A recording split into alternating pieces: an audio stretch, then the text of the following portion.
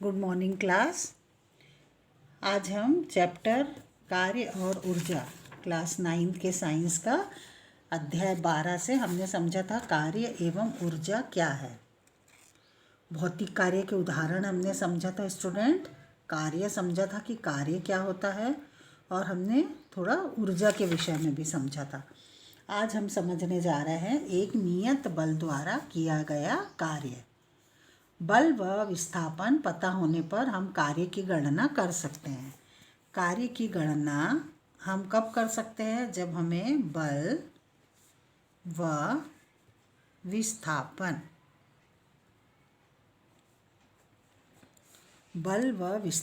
पता होने पर हम कार्य की गणना कर सकते हैं। मान ले किसी वस्तु पर एक नियत बल F लगाने पर हमने क्या लगाया? एक नियत बल लगाया, F बल फोर्स लगाने पर वस्तु अपनी क्रिया बिंदु से S दूरी तय करती है। हमने फोर्स लगाया और कोई वस्तु है जो क्या की है, अपना विस्थापन, फोर्स लगाने से उसमें क्या हुआ स्टूडेंट? विस्थापन हुआ। उस वस्तु में क्या हुआ है? विस्थापन हो गया है।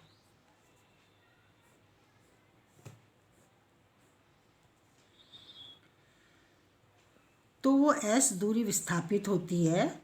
कार्य की वैज्ञानिक परिभाषा के अनुसार किए गए कार्य का मान बल तथा वस्तु का बल की दिशा में विस्थापन के गुणनफल के बराबर होता है। यदि हम इसकी परिभाषा देखें,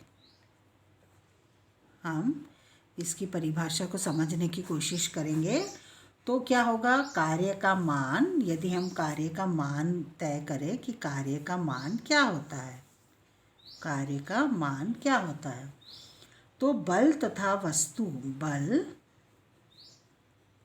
बल तथा वस्तु का बल की दिशा में, ये है वस्तु, इस वस्तु का इस बल की दिशा में, ये वस्तु का बल की दिशा में, जैसे हमने किसी पर बल लगाया और वस्तु का बल की दिशा में विस्थापन के बल की दिशा में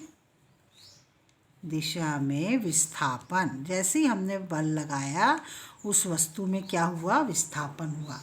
इन दोनों के गुणनफल के बराबर होता है कार्य का मान। कार्य का मान बल की दिशा में विस्थापन और बल लगाने पर तथा बल तथा वस्तु का बल की दिशा में विस्थापन, बल तथा बल की दिशा में विस्थापन, इन दोनों का जो गुणनफल होगा वो क्या होगा स्टूडेंट? कार्य का मान। अर्थात किया गया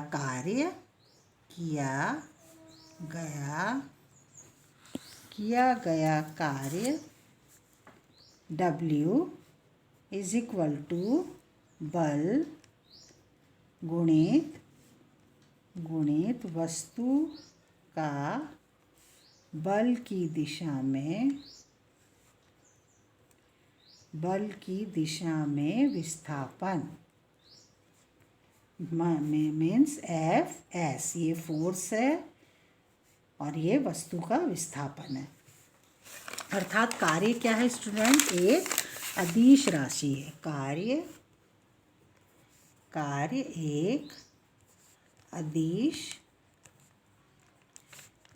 एक अदिश राशि है। हम जानते हैं कि बल की SI इकाई, बल की SI इकाई क्या है स्टूडेंट? न्यूटन। बल की SI इकाई न्यूटन है।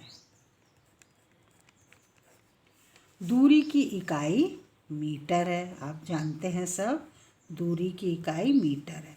अतः कार्य की इकाई क्या हो जाएगी? अब कार्य की बल की इकाई न्यूटन और दूरी, हम जैसे विस्थापन होगा तो उसमें दूरी को ही नापेंगे ना विस्थापन में, इसलिए हम इसे दूरी बोलेंगे। तो दूरी की इकाई जो होगी वो क्या होगी? मीटर। अतः कार्य की इकाई न्यूटन गुणित मीटर। न्यूटन गुणित मीटर। तो कार्य W is equal to Fs, ये लगाया हुआ बल और ये विस्थापन।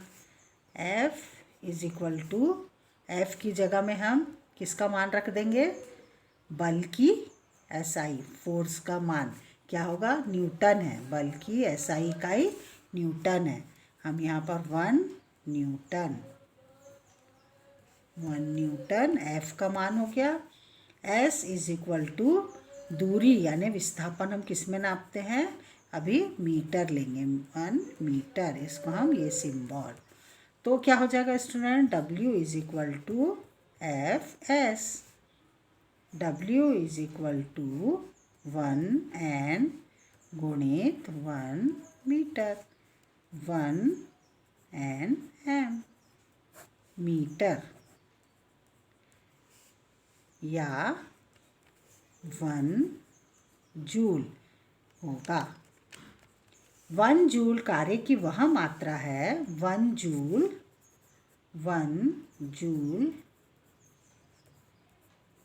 कार्य की वह मात्रा है जो 1